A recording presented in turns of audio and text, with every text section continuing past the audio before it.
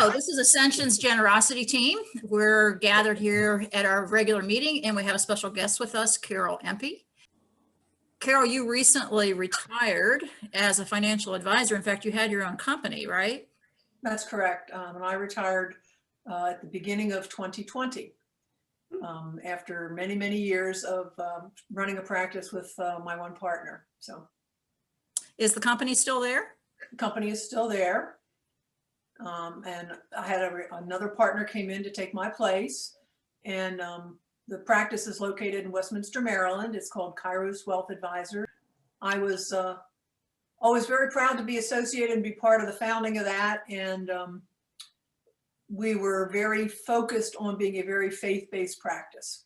Everyone in our practice lived their faith every day. Carol, what are you here to talk to us about? Today we're going to talk about how you can do what's called a qualified charitable distribution from your IRA. All right, thanks, Carol. Let's hear from you. Good morning.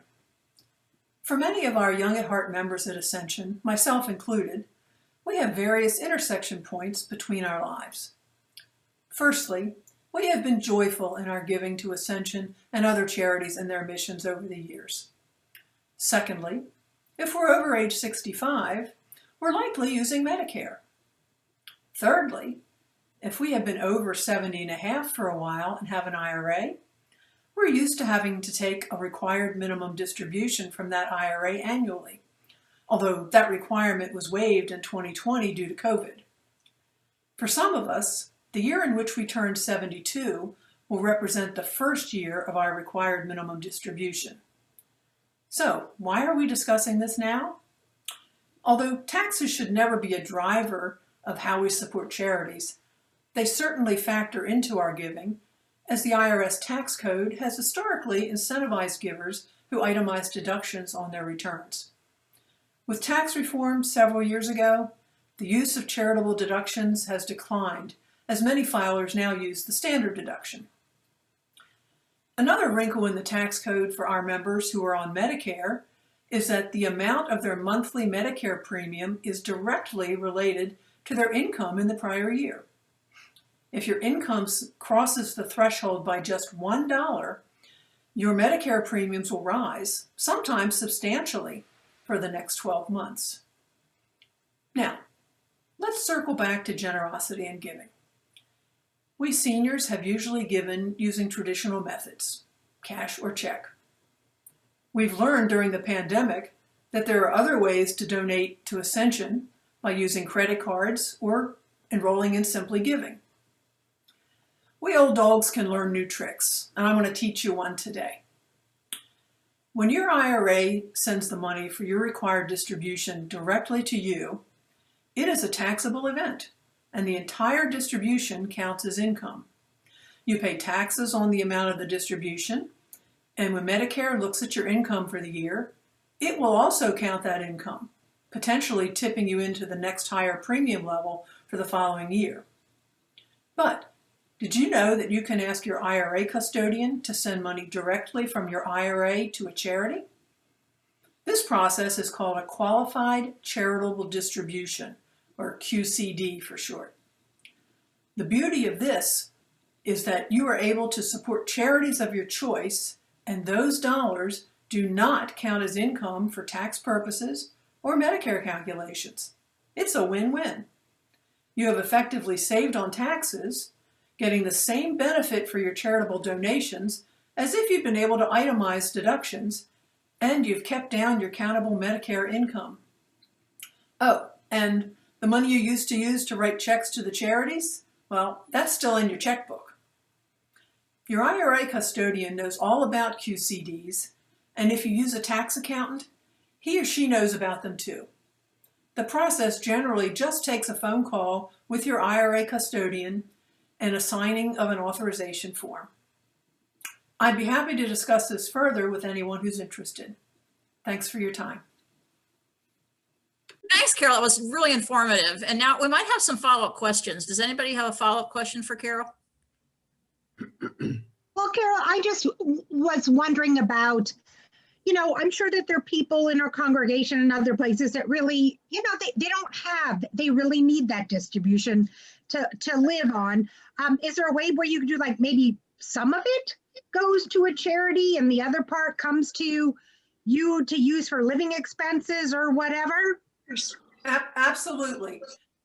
Most IRA custodians will have a minimum that they want to process. It might be as little as $100 of your distribution up to the full amount that you're required to do every year.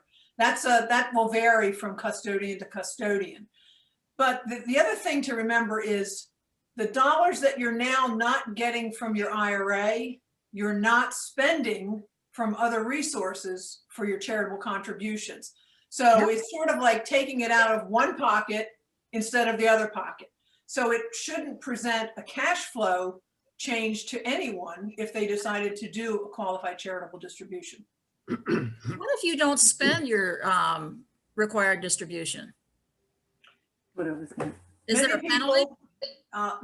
You have to take the distribution out of your IRA, or there is a 50% penalty of the amount that you were required to take out. So if you were required to take out $2,000 and you said, I don't need that money this year, the IRS is going to tax you 50% of that. So they're going to tax you $1,000 on a $2,000 required distribution. So you will take your distribution out. Your custodian will make sure that you take your distribution out. So the question is, where your IRA is housed. Is it at T. Rowe Price? Is it at a bank? You know, is it with your broker? If you have a stockbroker, you know, whatever financial institution. So I just have a pension. Would that be my pension? No, a pension is not something you can use to do a qualified charitable distribution. A qualified charitable distribution can only come out of funds that you have set aside for retirement for yourself. But anyone who has put funds aside during their working years, you know, they probably saved up in a 401k or a 403b or an IRA. Those dollars that they put in that were pre-tax dollars, you know, where they didn't pay taxes on them when they made the donations, the contributions, when you're 72 is now the new required distribution age, you are required by the federal government to take money out of those accounts because they want the taxes paid on it. There's a big outstanding tax liability sitting inside of that, and the government needs it to fund business. So they require you to take it out. There's a set formula for how it's calculated every year based on your age, but you have to take it out. So, when did it go to 72? With the passage of the COVID stuff that waived the requirement for this year, they also pushed it back to 72. They were afraid that, you know, people who were in perilous situations financially this year, you know, we're going to end up having to take out money. They didn't know whether the market would be up or would be down. And they're also looking that people are working longer. So, even after the pandemic, it will still be 72. Unless somebody goes back and changes the law again.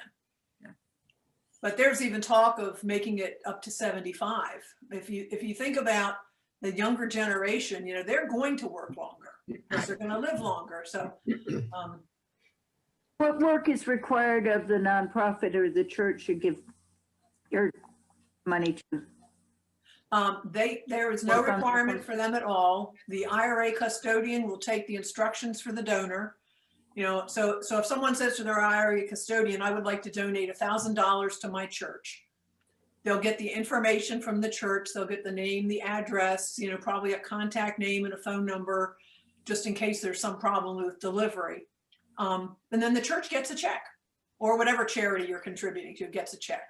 So it's very straightforward. So it is, excuse me, it is done by check. It's not an electronic transfer like with Simply Giving. No, it is done by check because it's being distributed from the IRA custodian directly to the charity. And with QCDs, you don't want the money going anywhere except directly from point A to point B. That's why you don't have it come to you and then you turn around and give it to your charity.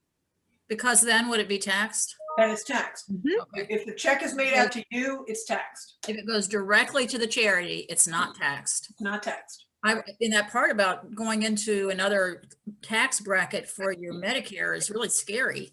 It is, and depending on where you are on the income scales, it can be anywhere from $40 a month to a couple $100 a month in Yeah. some of the upper echelons. And if it's a married couple, that's for both of them. Yeah. You know?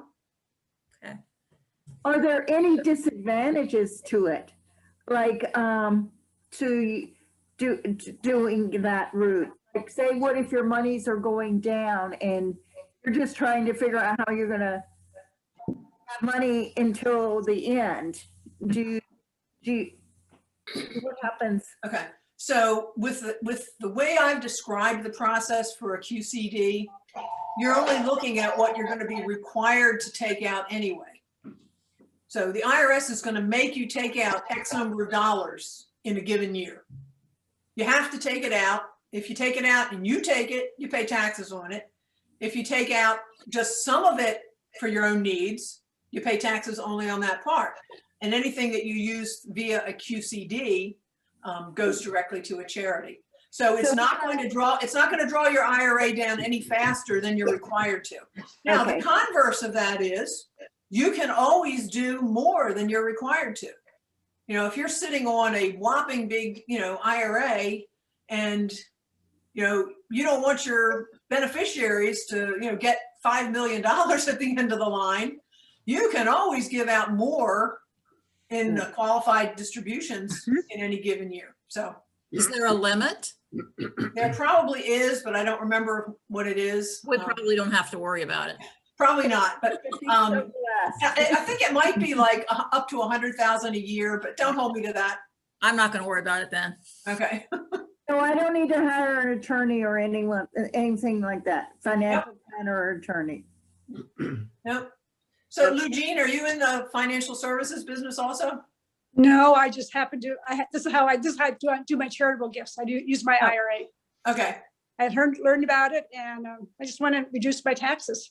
Yeah. And so it's very seamless if you have a good financial person on the other end. My person's in Nebraska of all places, but they are so easy to work with. And if I decide to change what I want to do, I just find the documents and I can make the change mid-year. Yeah. So you do all your charitable giving that way? Every one of them. Yep. I probably have about 10 charitable gifts I give. Yep. You do it throughout the year or do you do it all at once? I do it usually in quarterly payments. I have quarterly checks go out, like to Ascension just quarterly. Some of my other ones are semi-annually. Depends upon the charity. And a lot of times it'll depend on your custodian. If they have a minimum, that may make you want to do it, quarterly as opposed to, monthly or something like that.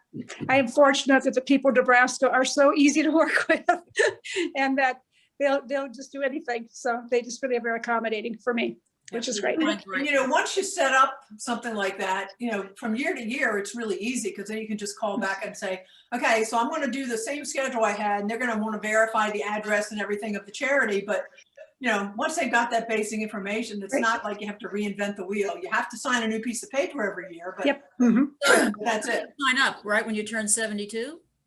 What's that? When do you sign up? Right when you turn 72 or the year you turn? Well, you actually can do it. So I'm 69. I'm not 70 and a half yet, and I'm not 72 yet. So I'm not there yet. I will do it eventually. But when I turn 70 and a half, even though I'm not required to take a distribution because they've moved the age to 72, once I've turned 70 and a half, I can choose to do a QCD. Oh, okay. And so I didn't get into that technicality in the thing just because it's kind of a gray area, but let's say you're no longer itemizing deductions, because they've messed up the tax code so much that you can't itemize deductions anymore. Well, from 70 and a half to 72, if you do a QCD, you're basically getting your charitable contributions as tax deductions. Oh, well, that's really smart. That's good to know. Yes. But what if you don't do that? I'm sorry, say that What if again? you don't do it early? You just do it. So is it right when you turn 72, it goes into effect? The new rule says that the year that you turn 72, and even if that is December 31st, Okay. you have to take a distribution, and you can take it anytime from January 1st on. Okay.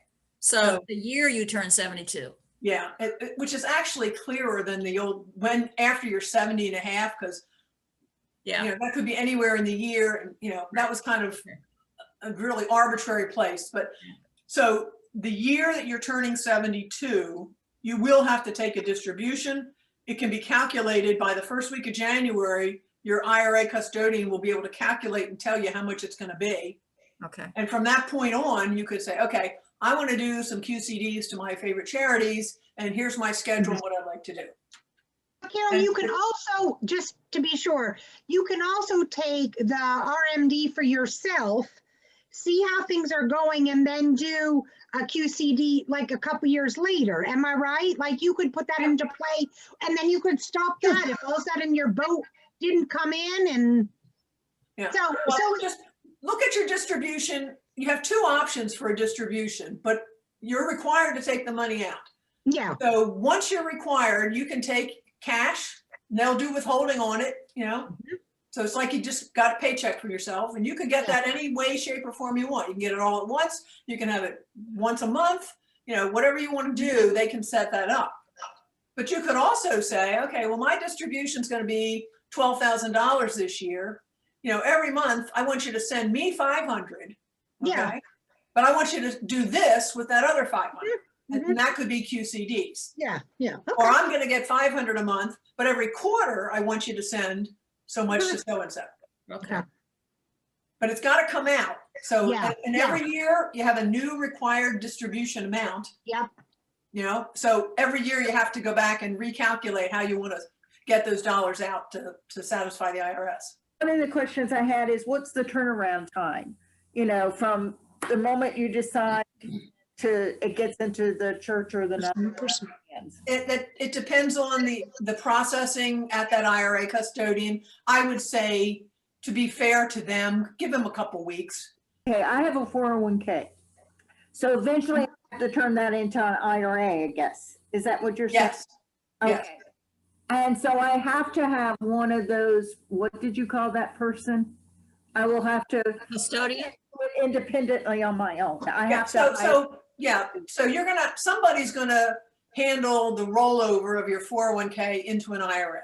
Okay, Whoever has that IRA afterwards, that's your custodian. okay, And that's who you would contact to initiate a QCD. okay. I have to have someone to do that for me. Yeah. Well, a bank or a credit union or a mutual fund. I mean, Deb, they're Yeah. just every financial institution. So a regular bank would do this? Oh, yeah, they Yeah, love a this regular money. bank, they're not going to advertise it, you know, and one of the reasons is a lot of bank IRAs are just CDs. Yeah. Okay. And so that makes it a little more challenging. If you've got a CD, you know, gee, if it Yeah. hasn't matured until October, that's going to be kind of tough to do quarterly distributions starting in March. So banks, because so many of their IRA products are CDs, they're probably less tuned into doing this, but they absolutely can do it. This year I turned 65. Okay, and I've always heard about you have to sign up for Medicare or you're going to get that penalty, you know. And the thing that what interests me that you said is if you don't do anything, you get penalized 50%. Is that on your entire amount or what the required distribution for that year is? It's on the required distribution. For that year? Yes. So if you were required to take out $2,000 and you didn't do it, you're going to owe the tax on the $2,000 because they are going to make you take it out plus 50% of that. So yeah, you don't want to miss it. 50% of that. So if you had a $2,000 distribution and let's say the tax you owed on that was $200. Okay. Okay. If you took it out, you'd have to pay $200 tax on it. Well, if you don't take it out, you're going to owe $200 tax plus $1,000 because $1,000 is half of $2,000. That's a great motivator. Yeah, they're serious about it. Okay. Yeah, when I turned 70 and a half, they didn't give me any choice. I mean, they just said, it's time, we're going to do it. It's going to be this much per month. Oh, okay. You know, I mean, Wow. And most custodians are right on top of it because if they forget to tell you, you have to take a distribution and all of a sudden you find out you got penalized 50%, they're going to hear it from you. Mhm. So they're on top of it. They run a spreadsheet, probably by November of each year, they're running a spreadsheet on everybody who has an IRA with them. And they're seeing, okay, these are the people we have to call and say, what are we going to do with this? Because they didn't do anything about it yet. So it's organized. Let's This say something. this past year was an exception, but I have a year, I normally would have a yearly meeting with my Mhm. advisor. I'm through TIAA and CREF. Mhm. And so, I get a call saying, yeah, time to set up your annual meeting. And, so we, go over things like that. And I didn't do it this year because of COVID, but I probably could have done it remotely like this, but I just figured they know what they're doing. Yeah. They're doing well by me. Just let them go. So I will tell you that Something you can do through Thrivent, isn't it? Probably. Yeah. I will. Okay. I was going to say, one thing we noticed through the years doing it for our clients is that when the charity gets a check directly from you, they're much better about sending out a thank you letter and acknowledging it. They are not as good about sending it out when they're getting a QCD check. And so we've encouraged our clients that if they haven't gotten that letter, they need to call their charity and say, hey, would you please send me an acknowledgement? Because that's the kind of thing that you still want to have that paperwork in case on your taxes, somebody audits you and says, hey, document that this really went to a charity. Carol, is there also something called a donor advised fund? There is. Donor advised funds have lots of different applicability. One place that I think they are particularly helpful is for people who find themselves no longer able to itemize deductions because of the tax code changes, but still have charitable intent. And they're not of required distribution age, so their IRAs haven't come into play yet. You can create what's called a donor advised fund with a financial institution. And with a donor advised fund, you can donate cash or you can donate appreciated assets like stocks or mutual funds. And you can donate them to this fund in a larger quantity than you might donate in any given year, so that you can get enough in charitable contributions to be able to itemize deductions again. So you basically are lumping all your charity for a few years into 1 year, and you put it into this fund. Typically, you're going to donate appreciated stocks or appreciated mutual funds, because in the process of donating those, you have just given away the tax liability that you would have incurred if you sold them. Oh, wow. Okay. So you've given away tax liability, you've put it into a donor advised fund, and you've gotten a tax deduction for it. So you want to do that in enough quantity so that you can itemize deductions that 1 year. So let's say that, you're going to need, $20,000 plus whatever else you've been able to deduct to get over that hurdle of the standard deduction. So you decide to donate $20,000 of some appreciated financial asset. You donate it to the donor advised fund, which is a charity unto itself, and you get to take the value of that donation. So you would get to take a $20,000 charitable contribution that calendar year for your taxes. Now that money is inside the fund. It is invested usually in mutual funds, so it can grow or fall depending on how aggressively or non-aggressively you have it invested. But you can now use that donor advised fund to make grants to charities of your choice whenever you want to. So you can contact your donor advised fund and say, I would like to send my contribution to Ascension every month. And they will take care of sending out a check to Ascension. You're not going to get another tax deduction for that contribution to Ascension because you got a tax deduction when you funded the donor advised fund. But you can still schedule your contributions to your charities. You can schedule them all in 1 year. You could put in enough money for 5 years worth of donations. It's very, very flexible. So And how do you set that up? Usually you contact a broker or a financial advisor. You know, the company has to have a provision to do that. Not all financial firms will have that ability, but many do. But it's like your own little foundation without all the expense of being a big charitable foundation, you know, like the Gates Foundation. So it would be for somebody either that they're not yet of the age where they can do the required minimum distribution, or they actually have more money than would be in the required minimum distribution, right? Yeah, they're not eligible for required distributions yet because they're not old enough. So Yeah. they can't do a QCD, a qualified charitable distribution, but they have enough assets that they could prepay several years worth of charitable deductions at once Okay. into this fund. But couldn't you also do it if you were over 72? Absolutely. And if it's a you way had of an giving excess of away, money. yeah, it's a way of giving away some tax liability. And you're basically pre-funding your charitable contributions for a period of time. Got it. Yeah. So It's a very effective technique. You know, we've seen it used very frequently when someone has an inheritance. You know, someone comes into an inheritance and they've all of a sudden got stocks that they didn't have before in a quantity that they're not going to need, you know, in the immediate future. And that's an excellent opportunity to make a donation into a donor advised fund to prepay your charitable contributions and use some assets that, you know, came to you via an inheritance.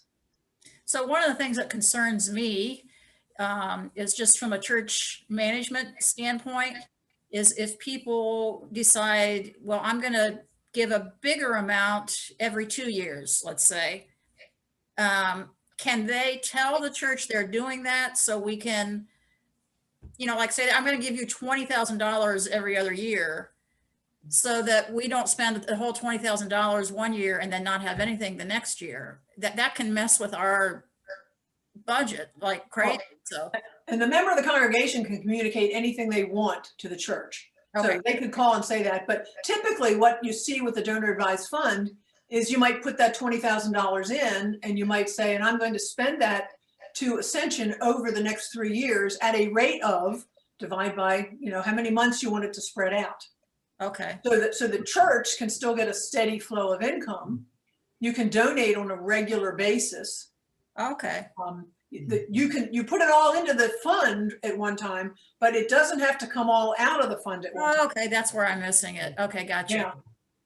Now, once you've And, set you know, this up- on a personal level, that's how I make my contributions to the Okay. church. Once you've set this up, is there any time limit? I mean, you know, if you put money in 2021, it's got to come out of the fund, be donated by such a, it's once it's there. It's in there in perpetuity until you've spent it. And when you set these up, they also require you to name what happens if you die and it's left in there. So you could name a charity as the remainder beneficiary. Okay. You could also name a family member to be the successor administrator for it.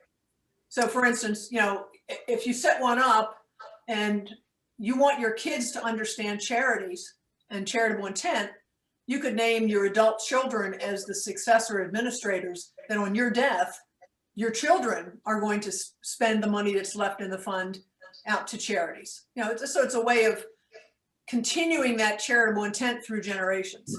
Wow. That's fabulous. Yeah. That's And great. you can reload it. You know, you can put in $20,000 one year, and when it's getting low 2.5 years later, you can just put some more in and get another tax deduction.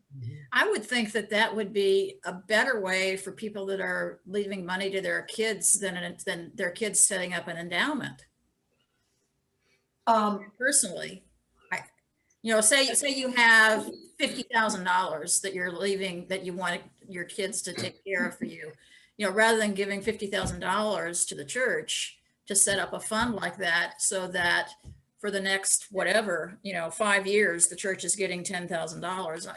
To me, Well, you could do that, but if you've made them your successor administrator, they get to name which charity gets the money. Oh, you can't put that Oh. stipulation on that? No, but you can not name a successor administrator and say, when I'm dead, this charity is my final beneficiary. Ah, okay.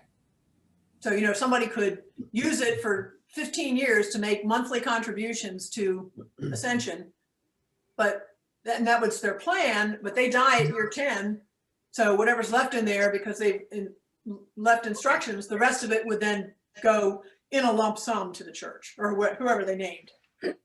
Okay. Carol, if, okay, if I set up that kind of fund and for the next 5 years, and then we have a pandemic or we have a recession, can I withdraw that afterwards? Because my. You have given that money, you have given that money to charity when you put it in the fund. Ah, you're committed. Yep. Yeah, You're committed.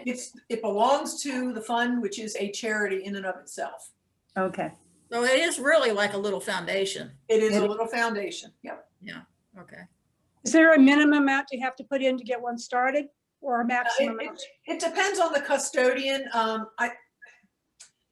I'm thinking most custodians are going to have a minimum of $25,000 to $50,000. I'm just curious. But you know, again, that's going to vary from custodian to custodian. And because you choose investments once the money is in there, you can choose to just leave it in cash for cash equivalents. You can choose 100% stock portfolio or anything in between. So it can rise and fall with the market if you have it in the market. So, you know, if you put in $50,000 right before 2008, thinking, oh, there's my contributions for the next 5 years, you probably didn't have 5 years worth left. Okay. You could have also put in $50,000 this past March and you would have $100,000. So It's gone up that much? the market had recovered that much since March, from the low in March. Wow. Carol, I'm going to ask you a very broad question. What, in your opinion, is the biggest mistake people make in giving? That's a really tough question, but I think they really need to research the charities to which they're donating money.